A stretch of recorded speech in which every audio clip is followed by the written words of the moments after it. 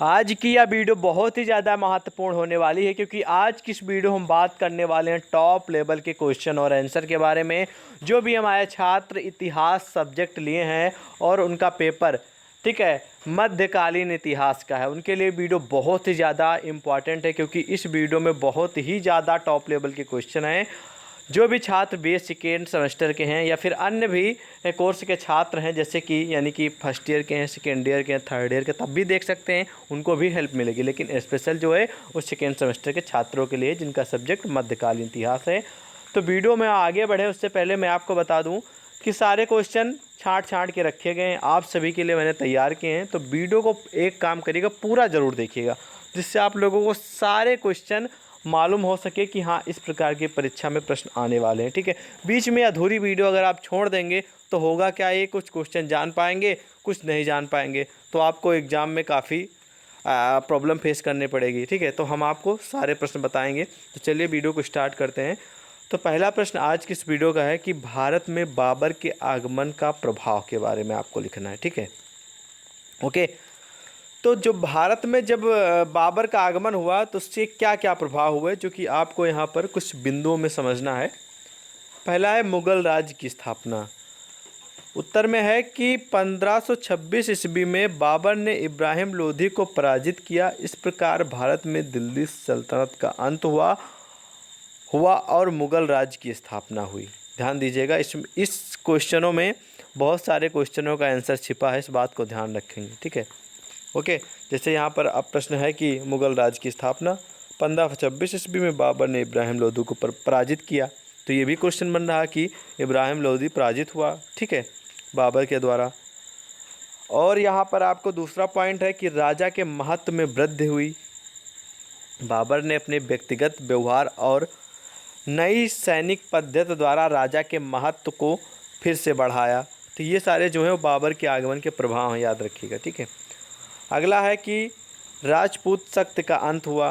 बाबर ने राणा सांगा के नेतृत्व में बढ़ती हुई राजपूत शक्ति को समाप्त कर दिया। दोस्तों मैं आपको बता दूं, हेल्थ सही नहीं हमारी, लेकिन आप सभी के द्वारा जो कमेंट आ रहे थे, क्वेश्चन पूछे जा रहे थे कि सर कब क्लास आएगी, तो हम उसी के हिसाब से आप तक क्वेश्चन प्रोवाइड कर रहे हैं, क्योंकि आप सभी की परीक्षा भी है।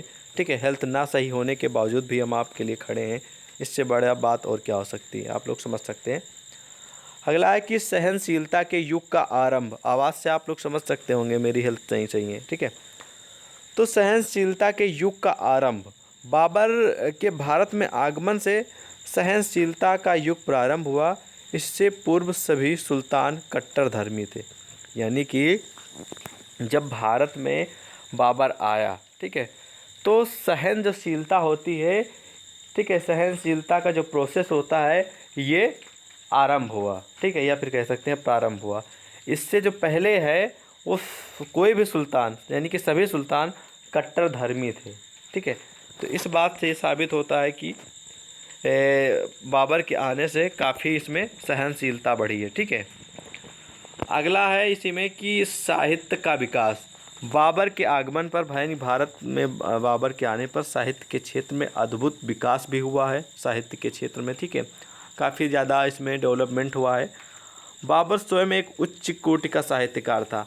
तो साहित्य, भारत में साहित्य क्षेत्र में विकास इसलिए हुआ है क्योंकि मेन पॉइंट इसका यही है कि बाबर जो है वो खुद ही एक अच्छे लेवल का, उच्च लेवल का, ठीक है, हाई कोर्ट का, ठीक है, साहित्यकार है, उच्च कोट का साहित्यकार था।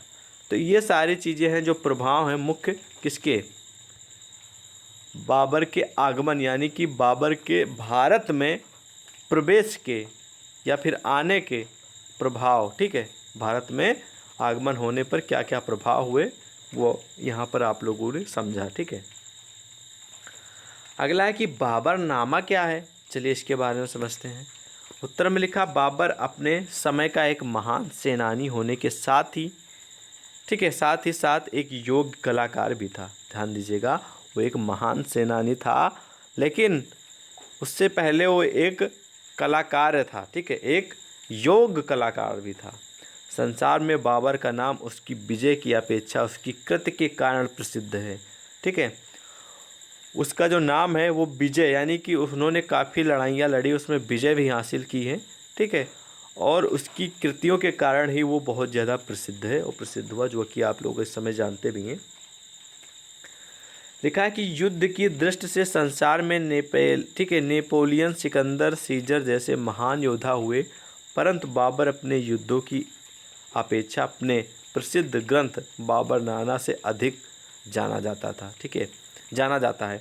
तो जो बाबर है, ठीक है, वो उनकी जो एक ग्रंथ है, जो उनकी एक पुस्तक है जिसका नाम ही है बाबरनामा, ठीक है, इसी की वजह से वो उसका जो परिचय है, जो अधिक लोग जानते हैं, वो बाबरनामा की वजह से ही जानते हैं। ठीक है, यह संसार की श्रेष्ठ आत्मकथाओं में गिनी जाती है, जो ये बाबरनामा है, या जो अन्य बहुत सारे ग्रंथ हैं, जो अन्य बहुत सारी आत्मकथाएं हैं, उनमें ये भी बहुत उच्च कोटि की, ठीक है, श्रेष्ठ के जो काउंटिंग है उसमें गिनी जाती है। यह तुर्की भाषा में लिखी गई है। ठीक है, जो बाबरनामा याद रखिएगा, ये तुर्की भाषा में लिखी गई है। ठीक है, इस बात को ध्यान दीजिएगा, मेन पॉइंट है। नेल पोल ने इसकी बड़ी प्रशंसा की थी। खान खाना ने इसका फारसी में तथा वेबरेज ने इसका अंग्रेजी में अनुवाद भी किया है। बाबर की आत्मकथा रूसों के, ठीक है, कॉन्फिसेशन या गिब्बन, न्यूटन तथा ऑगस्टीन की आत्मकथाओं से भी अच्छी मानी जाती है। ठीक है, तो रिक्ता बाबरनामा में कुछ काल के बारे में वर्णन नहीं है। इनको हम गैप कह सकते हैं। संभवत आग लगने या युद्धों के कारण कुछ समय का लिखा इतिहास नष्ट हो गया। सन 1508 से 1509 ईसा, ठीक है, ईस्वी तक, 1520 से 1525 ईस्वी। ठीक है, यानी कि कहने का मतलब यह है कि जो इनका इतिहास है, ठीक है, आग लगने या युद्ध के कारण का कुछ समय लिखा गया इतिहास नष्ट हो गया। यानी कि जो कुछ युद्ध हुए हैं, ठीक है, उस समय का जो इतिहास था उसमें लिखा गया, पर वो किसी वजह से वो नष्ट हो गया। किस समय का? इन सनों का, इन 2 सनों का। ठीक है, तो ये है बाबरनामा का थोड़ा परिचय, क्योंकि ये प्रश्न आपकी परीक्षा के लिए इम्पॉर्टेंट है। अगर अति में आ गया तो आप लोग इसका आधा भी लिख सकते हैं, लघु में आ गया तो पूरा लिख सकते हैं, दीर्घ में आया तो और बना के और भी थोड़ा लिखना पड़ेगा। ठीक है, क्योंकि लघु उत्तरीय में आप लोगों को 200 शब्दों में आंसर देना है, 500 में दीर्घ उत्तरीय का उत्तर देना है। ठीक है, अगले प्रश्न की ओर बढ़ते हैं। ठीक है, अगला प्रश्न है कि बैरम खां के बारे में लिख रहा। बैरम खां कौन था? ठीक है, उत्तर में है कि बैरम खां एक शिया सरदार था। बाबर के अंतिम दिनों में वह मुगलों की सेवा में आया था। हुमायूं ने बैरम खां की सहायता से अनेक सफलताएं प्राप्त की और हुमायूं के ईरान चले जाने के समय भी बैरम खां ने उसका साथ न छोड़ा।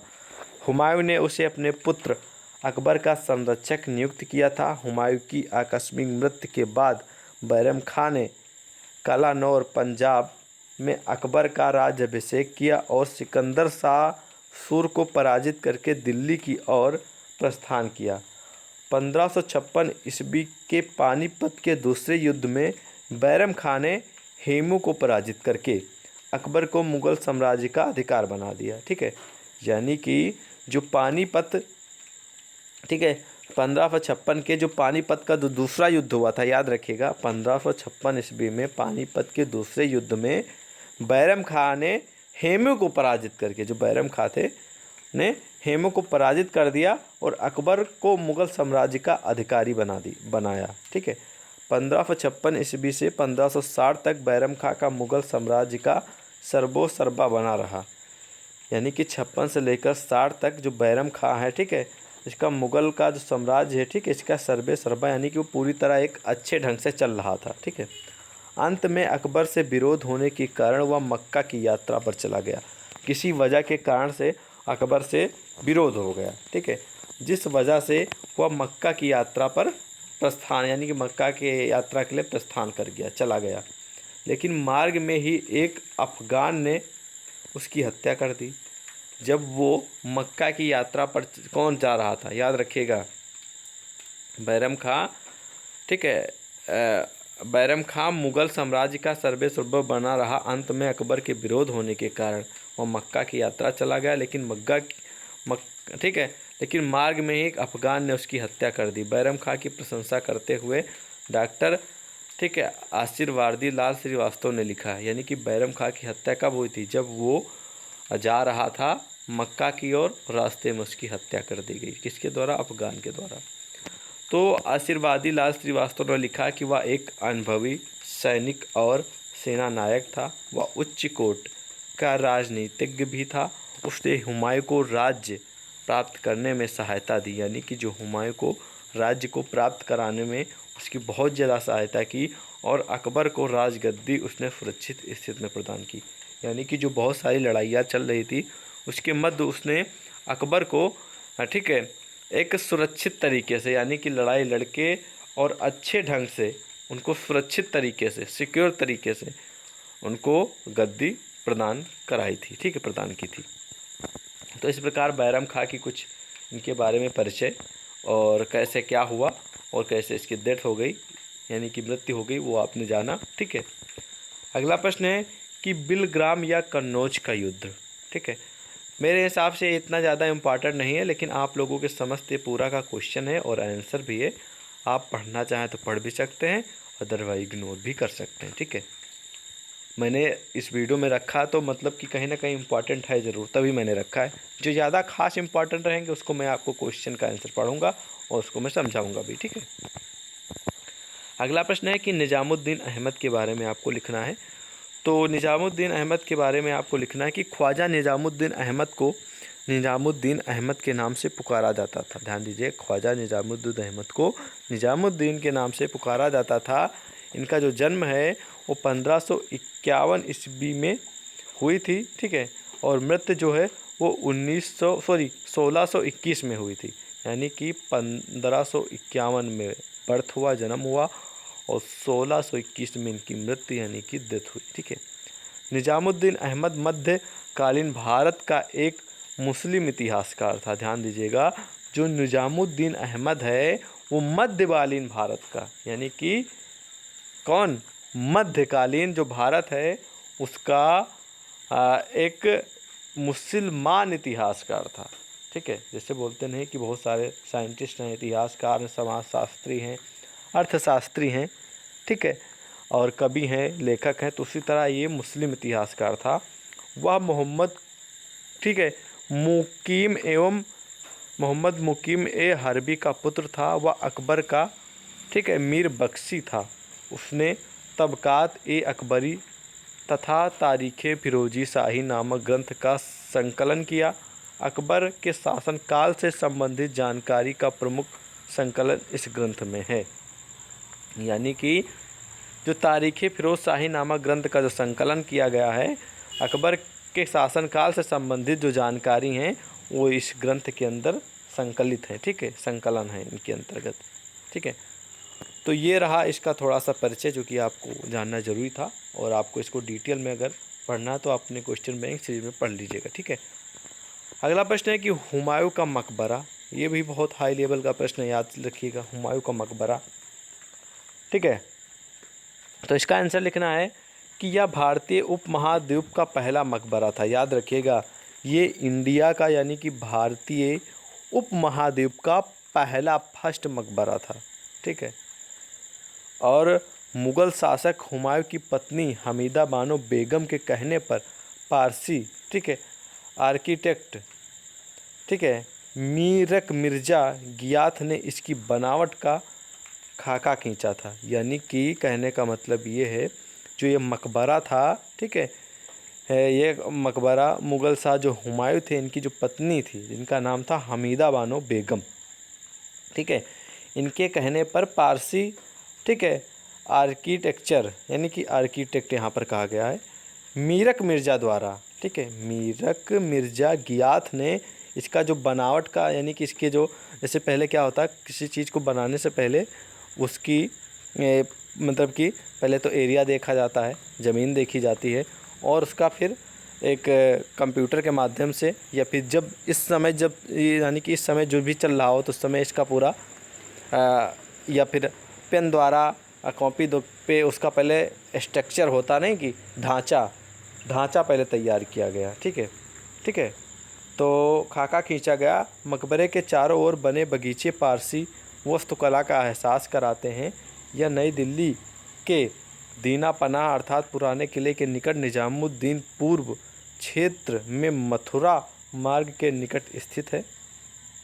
यहाँ मुख्य इमारत मुग़ल सम्राट हुमायूं का मकबरा है और इसमें हुमायूं की कब्र के अलावा उनकी बेगम हमीदा तथा कई अन्य राजसी लोगों की भी कब्रें हैं। यानी कि उसी मकबरे में, ध्यान दीजिएगा, उसी मकबरे में हुमायूं के कब्र के अलावा, यानी कि उनकी जो दफनाया गया था, ठीक है, हुमायूं को, उनकी जब डेथ हो गई हुमायूं की, तो उनको उनकी जो बॉडी थी उसको वही मकबरे में कब्र की गई थी, यानी दफनाई गई थी।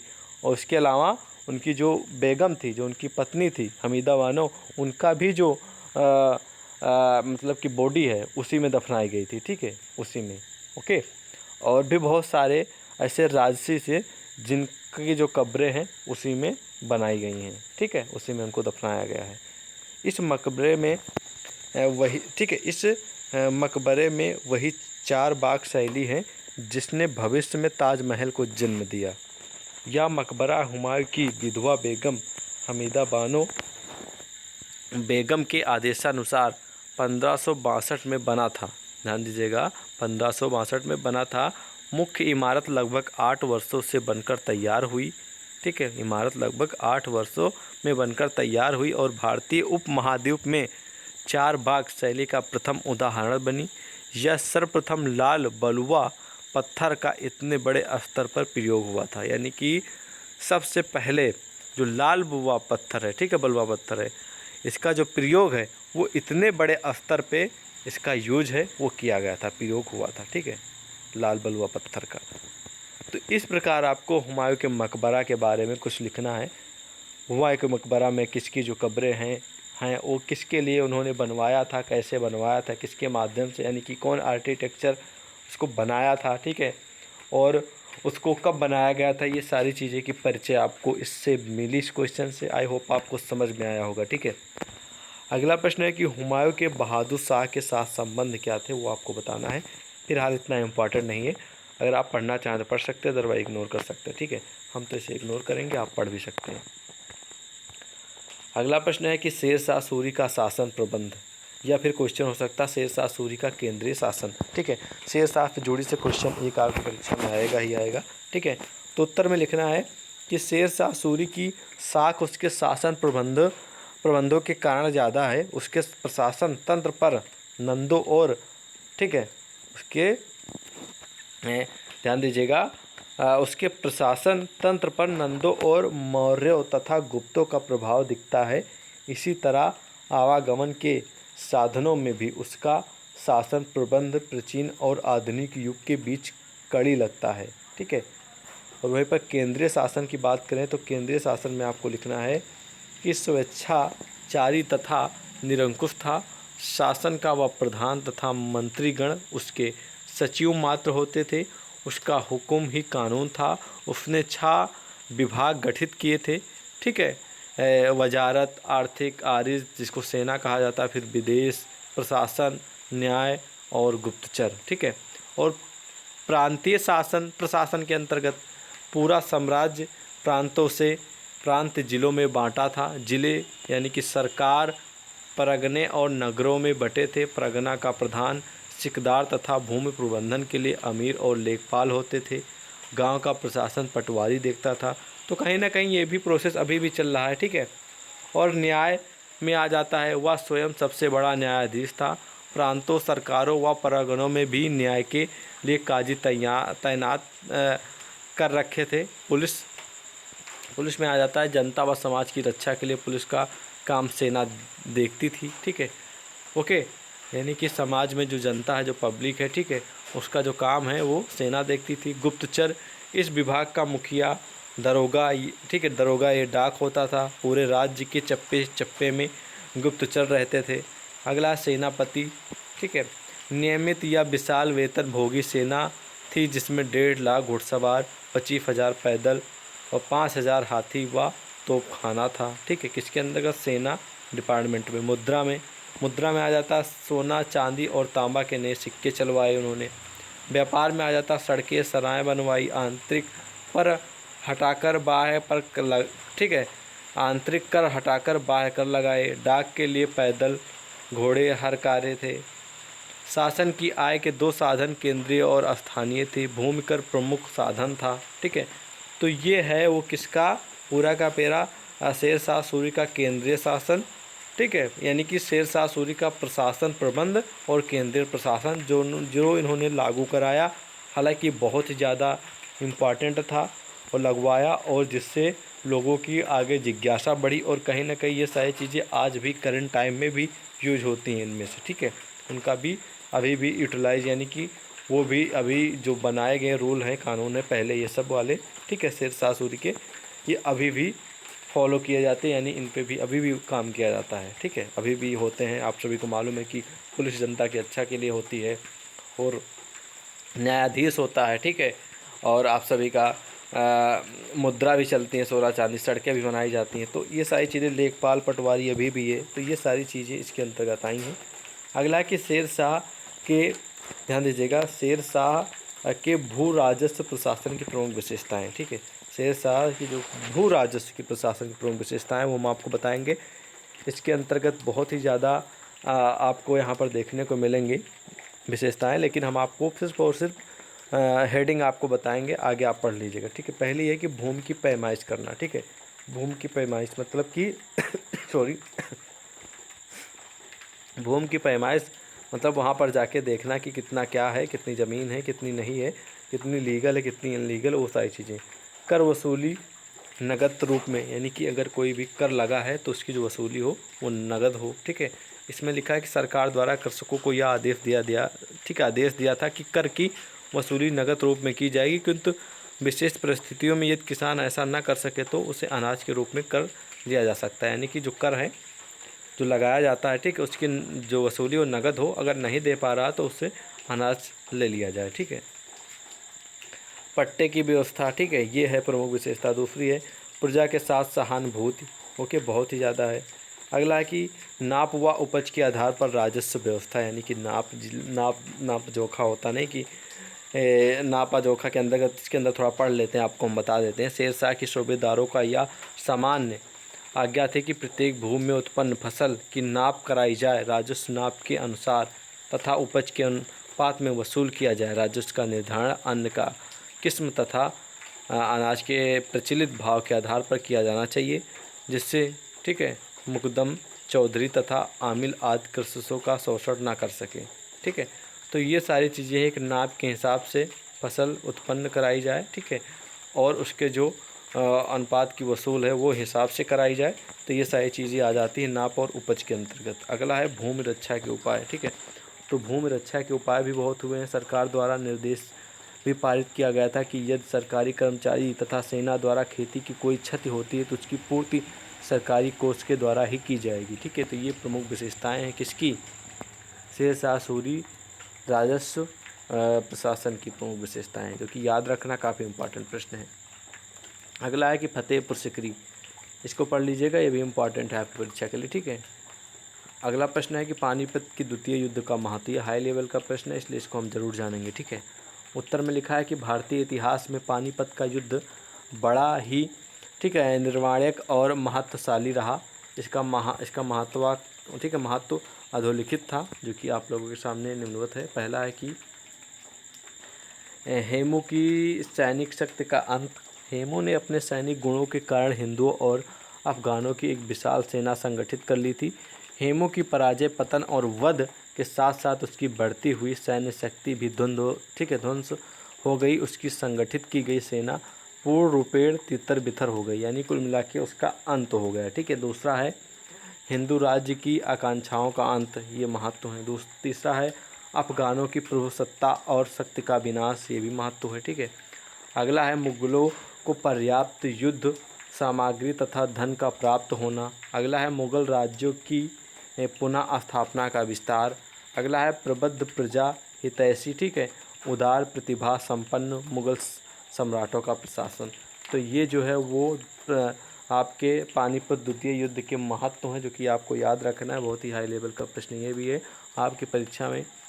ठीक है, पानीपत के द्वितीय युद्ध से जुड़ा क्वेश्चन आएगा ही आएगा, 100% श्योर है, तो तैयार कर लीजिएगा अच्छे से। ठीक है, अगला प्रश्न है कि हल्दी घाटी का युद्ध, हल्दी घाटी के युद्ध के बारे में चलिए समझते हैं। बहुत ही हाई लेवल का प्रश्न है। उत्तर में आपको लिखना है कि मेवाड़ के राणा उदय सिंह की मृत्यु के बाद उसका लड़का महाराणा प्रताप सिंह शासक बना। यद्यपि उसका राज्याभिषेक बड़ी निराशाजनक परिस्थितियों में किया गया था, तथापि उसने चित्तौड़गढ़ पर पुनः विजय करने और मुगलों का दृढ़ता से विरोध करने का दृढ़ संकल्प किया। राणा प्रताप सिंह वीर शासक था। उसके विषय में डॉक्टर स्मिथ ने लिखा है कि महाराणा प्रताप के देशभक्ति ही उसका अपराध था। अकबर ने अपनी कुशल नीति से अधिकांश राजपूत राजाओं को अपने पक्ष में कर लिया था, इसलिए वह राणा की स्वतंत्रता की भावना को किस प्रकार सहन कर सकता था। भावनाओं को किस प्रकार सहन कर सकता था। उसने सोचा कि यदि राणा स्वयं नहीं झुका तो उससे झुकना पड़ेगा। मुगल सेनाओं में उसका घमासान युद्ध हुआ।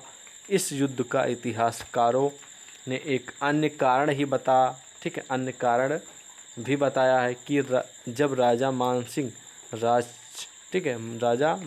गुजरात विजय से लौट रहा था तो उसने राणा का आतिथ्य स्वीकार किया। राणा ने उसका स्वागत तो किया किंतु भोजन के समय स्वयं उसका साथ नहीं दिया।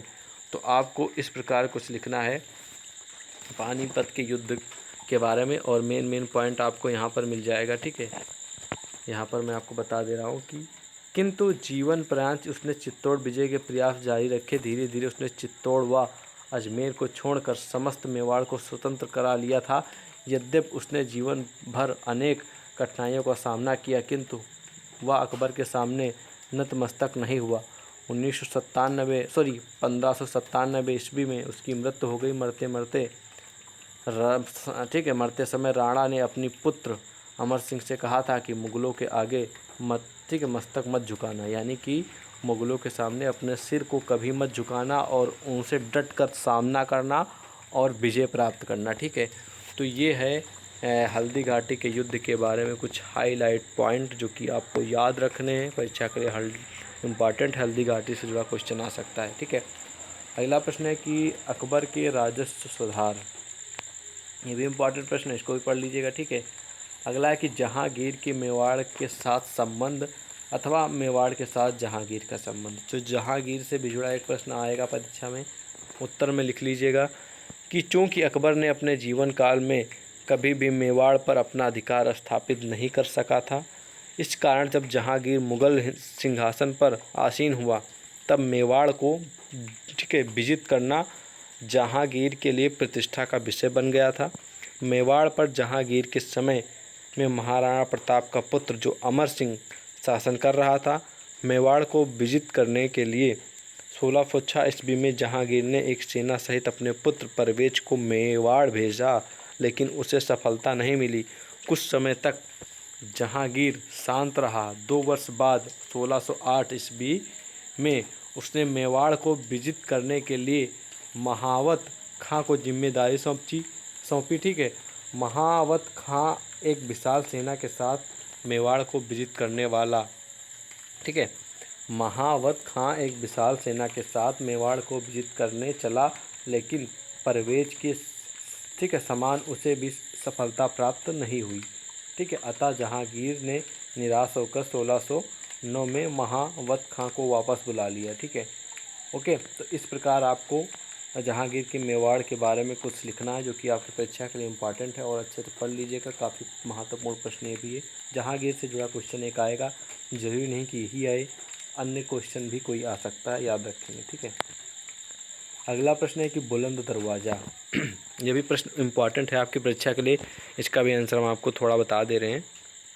उत्तर में लिखना है कि मुग़ल सम्राट अकबर ने गुजरात प्रांत की विजय के उपलक्ष्य में इस विशाल काय दरवाजे का निर्माण कराया था। इसकी ऊंचाई 134 फीट तथा सीढ़ियों की ऊंचाई 42 फीट है। इस प्रकार सड़क की सतह से इस बुलंद दरवाजे की ऊंचाई 176 फीट है। इस दरवाजे में एक विशाल हाल तथा छोटे छोटे कैमरे निर्मित हैं। बाह्य रूप में यह फारसी स्थापत्य कला का एक अंग प्रतीत होता है, परंतु इसकी आत्मा पूर्णतः हिंदू स्थापत्य कला की है। प्रमुख दरवाज़ा डाटदार तथा इसके ऊपर की गई नक्काशी भी हिंदू कला की ही प्रतीक है। दरवाजे के ऊपर बनी हुई छतरियाँ की पंक्ति भी हिंदू कला के नमूने हैं। दरवाज़ों के दोनों, ठीक है, और आलो, ठीक है, के मध्य तीन तीन झरोखे ग्वालियर के किले के अनुरूप हैं। इस दरवाजे की छतरियाँ तथा बाहरी और भीतरी भागों को देखने से ऐसा प्रतीत होता है कि मानो यह संपूर्ण इमारत भारतीय बौद्ध स्थापत्य कला की शैली पर आधारित है। ठीक है, तो इस प्रकार आपको बुलंद दरवाज़ा के बारे में लिखना है। प्रश्न इंपॉर्टेंट है परीक्षा के लिए। ताजमहल, इसको बताने की आवश्यकता नहीं, आप लोग सब जानते हैं। मेन पॉइंट हम आपको बताए दे रहे हैं कि शाहजहाँ की अमूल्य तथा सुंदरतम कृत ताजमहल है, जो जमुना के तट पर संगमरमर के द्वारा निर्मित किया गया। ताजमहल का निर्माण उसने अपनी प्रिय पत्नी मुमताज़ महल की स्मृति में करवाया था। इसी सुंदर मकबरे में उसने मुमताज़ को दफनाया था। अंत में शाहजहाँ की कब्र भी यही मकबरा में बनी है। याद रखिएगा, दोनों जो पति पत्नी हैं, शाहजहाँ जो थे उन्होंने अपनी पत्नी मुमताज़ की याद में उसको बनवाया था।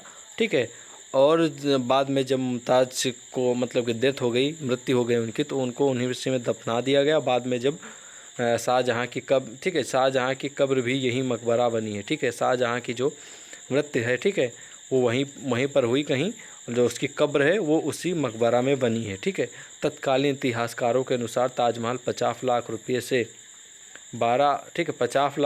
से 12 वर्ष में बनकर तैयार हुआ था। यानी कि जो ताजमहल की जो लागत थी वो 50 लाख रुपये थी, और वो जो बना था उसमें 12 सालों में उसका निर्माण हुआ था। यानी कि उसको बनने में 12 साल लगे थे। ठीक है, सन 1931 में मुमताज़ की मृत्यु हुई। ध्यान दीजिएगा, किस में मृत्यु हुई? सन 1631 में। ठीक है, 1631 में मुमताज़ की मृत्यु हुई तथा उसके 1 वर्ष पश्चात ही उसका निर्माण कार्य प्रारंभ हुआ था। ठीक है, तो इस प्रकार आपको इसके बारे में लिखना है। और मेन पॉइंट मैंने आपको बता दिए कि 20,000 सैनिकों ने प्रतिदिन इस भवन के निर्माण में योगदान दिया। ठीक है, आज भी ताजमहल संसार की आश्चर्यजनक कलाकृतियों में अपना उच्च स्थान रखता है। तो आप सभी को मालूम है कि जो चीज़ 12 वर्ष में लगातार बनेगी, 50 लाख, तब के समय में 50 लाख रुपए खर्चा हुए थे और 12 साल लगे थे बनवाने में, 20,000 मजदूर प्रतिदिन काम करते थे, तो वो कोई नॉर्मल बिल्डिंग या फिर नॉर्मल कोई चीज़ नहीं हो सकती। ठीक है, वो बहुत ही स्ट्रॉन्ग बनी है, और वो कब तक चले कोई इसकी अभी वो भी नहीं है कि ये कब गिर जाए, ऐसी कोई अभी संभावना भी नहीं है। ठीक है, और किसकी याद में बनवाया था और वहाँ पर किसका किसका है, यानी कि कब्रें, वो आपको यहाँ पर बताएगी। अगला प्रश्न है कि आगरे का किला, ये भी इम्पॉर्टेंट परीक्षा के लिए है, क्योंकि ये जनरली प्रश्न है, आपकी परीक्षा में आएगा। इसका आंसर मैंने आप लोगों के समस्त दे दिया, आप लोग पढ़ लीजिएगा। ठीक है, पूरा क्वेश्चन और आंसर भी। अगला प्रश्न है कि दिल्ली का लाल किला के बारे में लिखना है आप लोगों को, ये भी इम्पॉर्टेंट, इसको भी पढ़ लीजिएगा। ठीक है, अगला प्रश्न है कि दारा सिकोहा, ये इतने इम्पॉर्टेंट नहीं, आप पढ़ना चाहें तो पढ़ सकते हैं, अदरवाइज इग्नोर भी कर सकते हैं। अगला है कि औरंगजेब के बीजापुर के साथ संबंध, औरंगजेब के मारवाड़ के साथ संबंध। तो औरंगजेब से जुड़ा क्वेश्चन आपकी परीक्षा में 1-2 आएंगे ही आएंगे, तो इसको तैयार कर लीजिएगा। ठीक है, अगला प्रश्न आप लोगों की समझता है कि शिवाजी का अष्टप्रधान मंडल। ठीक है, शिवाजी से भी जुड़ा क्वेश्चन फंसेगा आपकी परीक्षा में कि मध्यकालीन रीत के अनुसार शिवाजी का निरंकुश शासक थे और सारी शक्ति अपने ही हाथ में रखते थे। ठीक है, तो इस प्रकार आपको लिखना। आगरा में शिवाजी का पलायन के बारे में लिखना, ये भी प्रश्न इंपॉर्टेंट है आपकी परीक्षा में लिए। अगला प्रश्न बहुत ही हाई लेवल का, मुगल राज, ठीक है, मुगल साम्राज्य के पतन के कारण। तो मैं आपको बता दे रहा हूँ, पहला जो है वो है 4 प्रमुख जो कारण है वो है उत्तराधिकार के नियम का ना होना, यानी कि उत्तराधिकार के कोई नियम नहीं था। दूसरा है औरंगजेब के अयोग्य उत्तराधिकारी, ये भी मुख्य कारण है। ठीक है, तीसरा है राजकोष की रिक्तता, और चौथा है अमीरों का चारित्रिक पतन। तो ये जो प्रमुख हैं वो मुगल साम्राज्य के पतन के कारण है। इस प्रश्न को तैयार कर लीजिएगा, 100% परीक्षा में आएगा गारंटी के साथ। ठीक है, तो आज की इस वीडियो में जितने भी क्वेश्चन बताए मैंने, अगर आप अच्छे से पढ़ेंगे, अच्छे से समझेंगे, तो परीक्षा में आपको कोई भी फेल नहीं कर सकता। इसी वीडियो से आप लोग कम से कम 35 से 40 नंबर क्लियर हो गए होंगे। और हाँ, और बाकी की जो कुछ क्वेश्चन है अपने सीरीज़ से या फिर जो आपने क्वेश्चन बैंक खरीदी उसमें से ज़रूर पढ़ लीजिएगा, और सिलेबस भी मैच कर लीजिएगा। ठीक है, तभी इस वीडियो को देखने का फ़ायदा होगा आपको। फिलहाल आज की इस वीडियो में बस इतना ही, मिलते हैं नेक्स्ट वीडियो में, तब तक के लिए जय हिंद।